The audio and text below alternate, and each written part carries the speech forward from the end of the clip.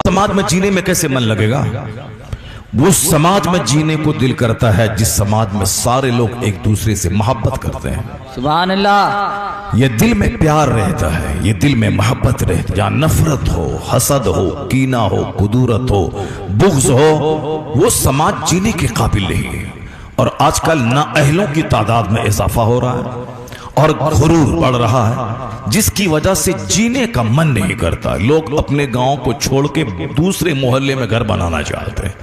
जैसे करेली में लोग हैं तो वो चाहते हैं कि यहाँ नहीं, अब मैं उस मोहल्ले में घर बनाऊं।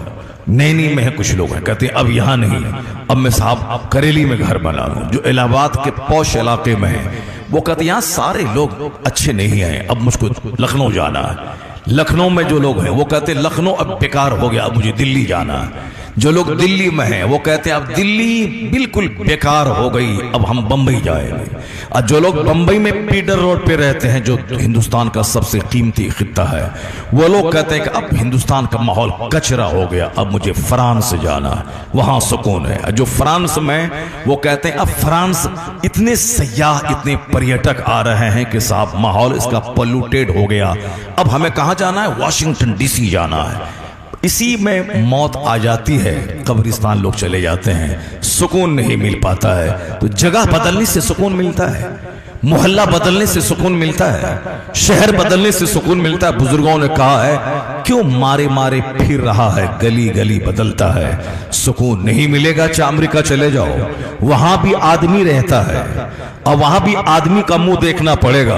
अगर यहां ही की तरह आदमी वहां मिल गए तो कहां जाओगे? तो जगह मत बदलो, अपना अखलाक किरदार बदल लो, छोटा सा मोहल्ला पेरिस से बढ़कर हो जाएगा। सुभान अल्लाह। नारे तकबीर, नारे रिसालत।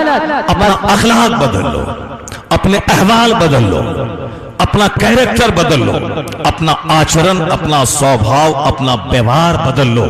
जहां रहोगे वहीं जन्नत की खुशबू आएगी। सुभान अल्लाह। आदमी जब नेक होते हैं तो अल्लाह की रहमतों का नुज़ूल होता है। आदमी जब शरीफ होते हैं तो वहां उससे मुलाकात करने को जी चाहता है। एक बार जोर से बोले सुभान अल्लाह।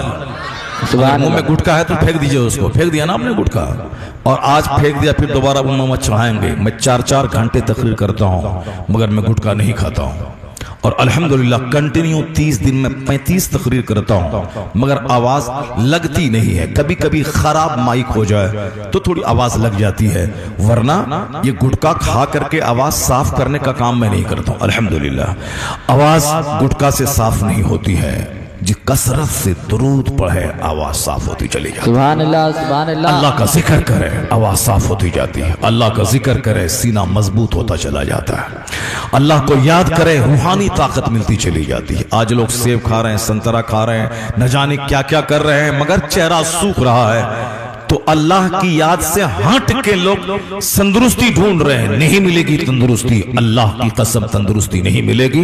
अगर तंदुरुस्ती चाहिए तो खूब अल्लाह का जिक्र कर, नमक रोटी खा।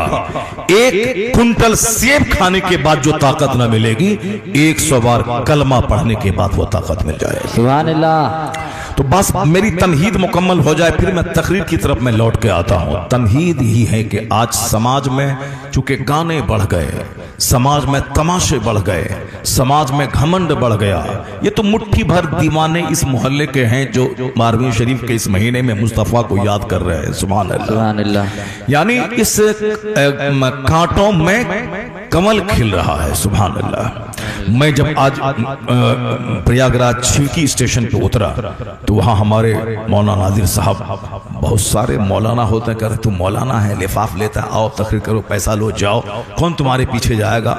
यानी जिस तरह यहाँ सीने में हसरत जलन है कि साहब हम नहीं, ये आया बोला 1 घंटा और टका लिया चला गया, वो हसरत जलन की वजह से कुछ लोग सलाम तक नहीं करते हैं और सलाम का जवाब तक नहीं देते हैं। मगर इसी माहौल में एक मोहब्बत करने वाला शख्स है, बोला कि मौलाना है, इल्म दीन का एहतराम करना चाहिए। ये यहाँ से चल के स्टेशन पे गए, किस डब्बे में है کون سی سیٹ پہ ہیں اس ڈبے کے سامنے موجود ہے، جبکہ 30 دن کے پروگرام میں 1-2 جلسہ والا ہی ریلوے اسٹیشن یا فلائٹ کے سامنے رہتا ہے، ورنہ ہم انتظار کرتے ہیں 2 گھنٹے تک لوگ آتے ہی نہیں ہیں، 1 گھنٹہ ویٹ کرنا پڑتا ہے۔ یہاں اسٹیشن ٹرین سے اترے نہیں کہ سامنے کھڑے ہیں مولانا صاحب، اور جب سامنے کھڑے ہیں میں نے دیکھا بہت سارے ہندوؤں کے دھرم گرو آتے ہیں تو اس کے ایک 200 چیلا چپیٹا وہ سب پھول مالا لے کے پڑے رہتے ہیں۔ ایسا نہیں کہ وہ ہندو کا پنڈت جو ہے بغیر فری کے آتا ہے، نہیں، وہ فلائٹ کا ٹکٹ لیتا ہے، بہت سارا دان دکشنا ہوتا ہے، بہت سارا کپڑا لتا، جوتا موزہ ہین ٹین سب دیتا ہے، بڑی قیمتی گاڑی پہ اس کو لاتا ہے، بہت پوش ہوٹل میں اس کو رکھواتا ہے۔ تو ایسا نہیں کہ وہ لوگ نہیں لیتا ہے اور ہمارے مولوی صاحب لیتے ہیں تو چلو چھوڑوا دیں۔ جب مسجد کے امام کی تنخواہ طے ہوتی ہے، جب حفاظ کرام نذرانے لیتے ہیں اور صاحب درس بخاری دینے والا، بخاری شریف پڑھانے والا وہ مہینے کی تنخواہ طے کرتا ہے کہ 10,000 لیں گے، 20,000 لیں گے، تو کیا حدیث پاک پڑھانے کی تنخواہ طے ہوتی ہے؟ نماز پڑھانے کی اجرت طے ہوتی ہے، لیکن وہ نماز پڑھانے کی اجرت نہیں ہے، وہ ہے وقت کی اجرت ہے جو آپ کے ہم ٹائم دے رہے ہیں۔ تو جب یہاں طے ہے، وہاں طے ہے، بخاری میں طے ہے، یہاں نماز کے بدلے میں طے ہے، تو پھر اگر کوئی آدمی 24 گھنٹے کا سفر کر کے آیا اور دین واضح و نصیحت کر رہا، امر بالمعروف کر رہا ہے، اس کے نذرانے بھی طے ہو رہے، اس میں تعجب کی کیا بات ہے؟ تعجب کی کوئی بات نہیں، اور بات اپنے مقدر کی بات ہے کہ کوئی 30 دن میں رہا تو وہ 10 لیا، کوئی 10 منٹ آیا 40 لے کے چلا گیا۔ تو فالتو سے باتیں مت کیجیے۔ اعلیٰ حضرت نے لکھا ہے اخیر زمانے میں دین کا کام بھی درہم و دینار کے بغیر نہیں چلے گا۔